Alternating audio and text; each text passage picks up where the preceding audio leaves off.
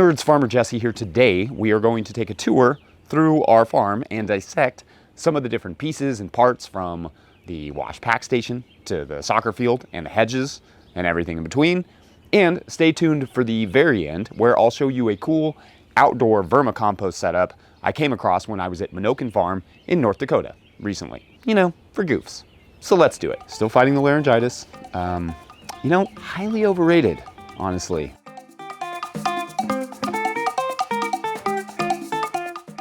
All right, so although you will rarely find two farms that look entirely alike, or maybe even anything alike, all market garden farms have largely the same components.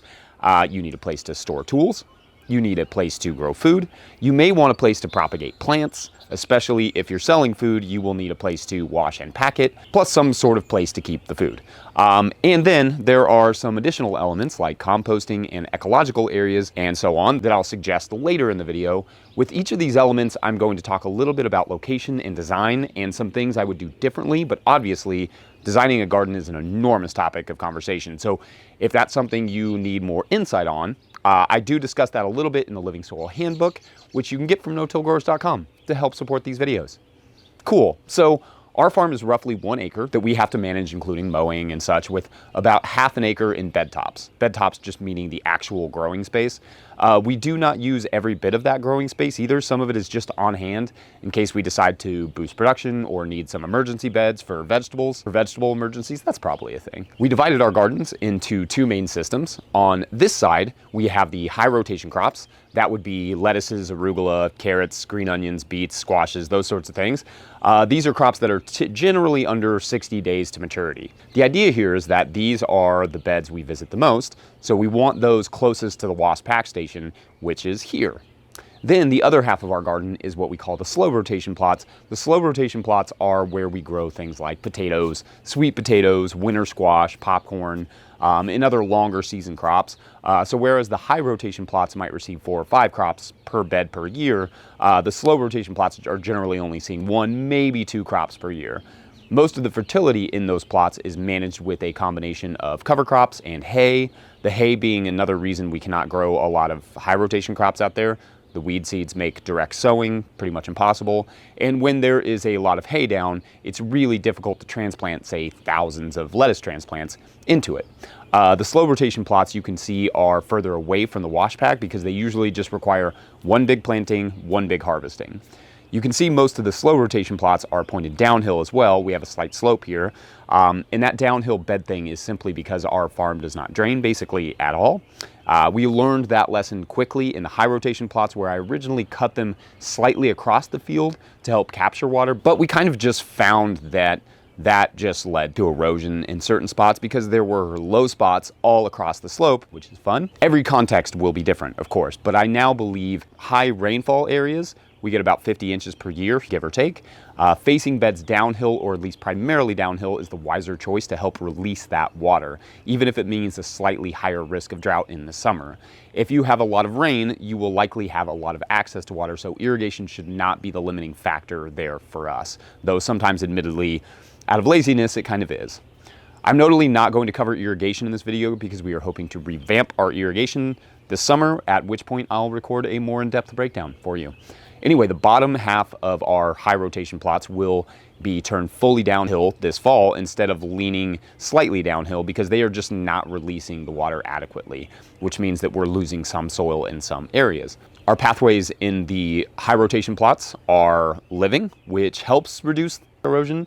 And for more on living pathways, you can watch this video here, because living pathways are a highly contextual decision and they take a lot of thought and forethought and management. So take it seriously if you're going to do it. That was an aggressive water take. Get that all over myself.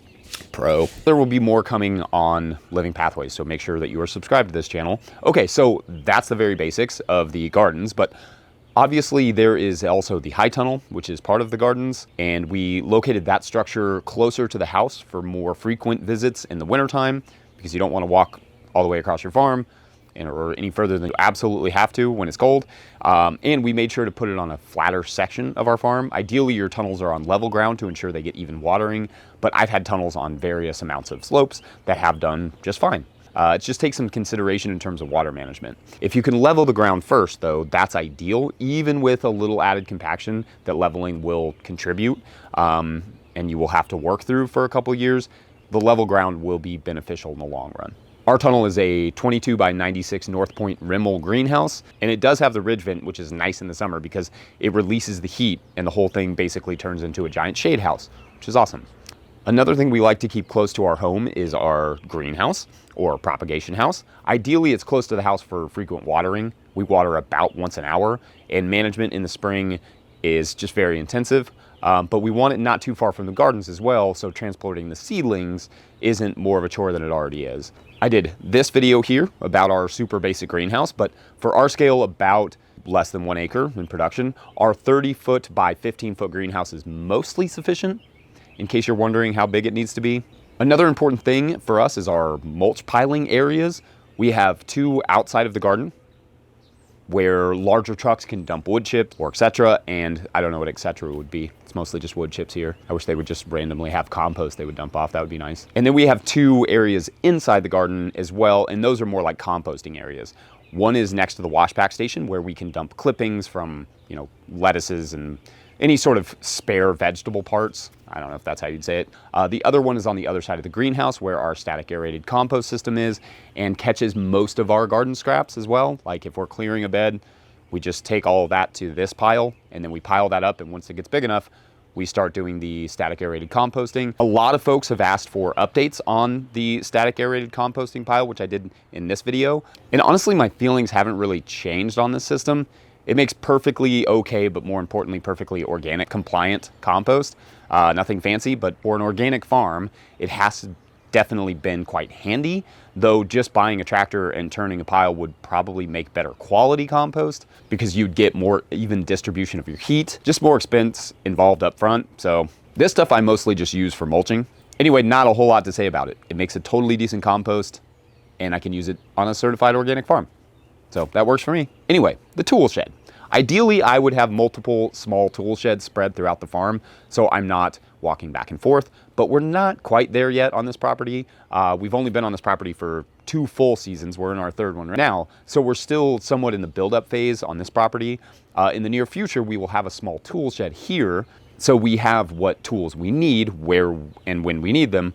At least a couple hoes, a trowel, a spade shovel, and a gritter perhaps in each one. Nothing fancy about the tool shed, and ours is not really the most organized, but I do like having the tools we use frequently easily accessible on the outside, and the row cover daisy chained and hung up like this. Row cover is a beast on most farms in terms of storage, so this has been relatively helpful for us storing it this way. Now, the wash pack station is a huge portion of what we do. In the summer, the majority of our work is harvesting and packing, so this area sees a ton of action. This part of our farm honestly deserves its own video, and I plan on doing one, but for this farm anatomy video, we'll just do an introduction for now. We have 2 main sections to the washing area. The root washing area, where we have our foot-powered root washing system, which you can learn about here in this video. Since I shot that video, we've added a 6-inch extension and also a little water catchment with the carrots, beets, radishes, green onions, and so on that we wash here. Comes a lot of soil and mulch, so we wanted to collect some of that. However, we need to make this system self-draining so that the water is flowing down to a mulch pile or compost pile, and we're not having to move the buckets because they fill up fast, and it's a great deal of work. Inside the shed, we have a 3-bay sink, several stainless steel tables, and a cooler and a salad spinner. The idea is that the food passes down the line, gets spun dry in our modified washing machine salad spinner, and then finishes on the pack table here. From there, everything moves into the cooler. The cooler is just an old restaurant cooler that locks together with cam locks, so we could add new panels to extend it if we ever wanted to. It's 8 by 8 feet wide by 9 feet tall, and it definitely gets a little tight in the summer, but we can mostly make it work. We cut a hole in the side of the building or out of the building, so our AC unit that is modified with a CoolBot can stick out there. There are other ways to modify an AC unit and essentially turn it into a refrigerator compressor, but I don't have any experience with ones that are not the CoolBot. The CoolBot has been great for us. It's easy to install, pretty simple. They've got great tips on their site for troubleshooting and which air conditioners to use. Last year, we had the AC unit out of the side of the cooler. which made the inside of this building very warm. But shout out to our neighbor Bill for helping us get the butt of that thing pointed out the back of the building so it's not loud and it's not hot. Cannot say enough about how important it is to have good neighbors, and we won the neighbor lottery. Seriously, if you're looking for land, having good neighbors you can get along with is about as important as having road access or soil. I mean, I'm kind of joking, but I'd rather farm poor soil with good neighbors than great soil with bad neighbors any day. Now, you do not need a building for a wash pack, and this one came with our farm, but a covered space is definitely valuable. Packing stuff in the rain and cold is just not super fun. Clean water and a roof is the bare minimum, but this is a good place to invest because a lot of time is spent cleaning and packing, so just get that into the budget. I also like having this rack for drying bins and coolers after we wash them. It's not the world's most organized thing, and it would be nice for it to be slightly covered, but washing and stacking bins can be a chore, so it's not the worst idea to have this space in the plans. More on the wash pack later, especially once our farm store has been up and running for a little bit. It'd be fun to talk about that. But I want to talk about a couple of the other important elements of our farm. Ecological areas, like this one we are developing in the back, as well as our hedge wedges, are really important to us. These hedges and beds are loaded up with flowers and birdhouses, and the whole goal being to create both habitat and food for the beneficials, because I think there is assumption or idea that perfectly healthy soil will protect your plants from basically anything, and to some extent that is true, but it never hurts to add a little insurance. Say you plant a crop into slightly cooler soil than it prefers or is used to in the greenhouse, well, you may want to have some pest-eating bird around to help fend off the predators while that particular crop gets up to speed. We even have a pretty large area that we worked up this spring and loaded up with wildflowers and clovers and some seconds garlic, among other things. The more flowers on the farm, the merrier. Also, I know I joke about the soccer field, but having areas in and around your garden where you can spend time with your family, I think is critical. And if you have kids, a trampoline. Gotta have a trampoline. That's critical farm infrastructure. And just on that point, what's the point of all this land if you can't just enjoy it for things other than farming? I always say that the living pathways make it feel like a giant park on our farm, so that's how I want it to be. A place to play and work and enjoy your family. For me, at least, if it's strictly business, it's not a very fun place to be, which is not the most convenient thing considering you're here a lot. Anyway, that's it for now on the pieces and parts of a farm.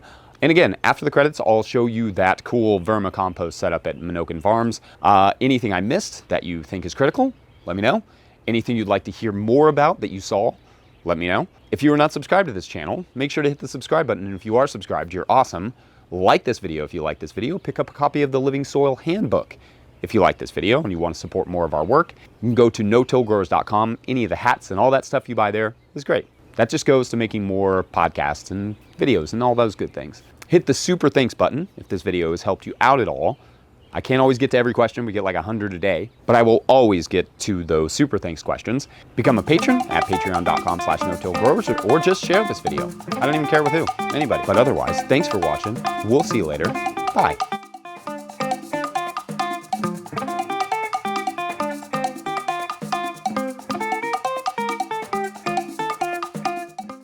Okay, so I went on a brief tour of Minokan Farm in North Dakota recently, and Jay Fuhrer showed me this very cool vermicompost setup. Now, the only reason I'm not giving this thing its own video is because Jay is still tinkering with the system, but I thought it was at least worth showing some of the cool stuff they have going on. Basically, it's a 12-foot wide cement pad that slopes in like a canal, sort of, and slightly downhill for drainage. Materials are piled in the middle with a section at the end, at the bottom of it, of alfalfa hay to sort of filter the vermicompost leachate as it drains down. But the primary goal is the leachate. That's what they want from this system. It drains down the pad and into this drain, which flows into this tank, which it's then pumped out of. They keep the leachate in a cooler where they apply it to things like their spring wheat, which they drill into the soil with this large no-till drill. So I know using leachate is a little controversial because it's a little bit of a mixed bag, but Jay told me he prefers the leachate to other substances like teas because it's less work than brewing a tea, and it feels more like what would naturally be in the soil. He's also seen good results from it. And of course, they now have a giant mound of vermicompost, so they can also apply that. Anyway, they do a lot of cool stuff there at Minokan Farm and have an enormous and growing amount of info and stuff there up at their website. So go check that out at minokanfarm.com or at their YouTube channel. You should be able to see my recent talk there as well. Anyway, enjoy that. Go check it out. We'll see you later. Bye. Again.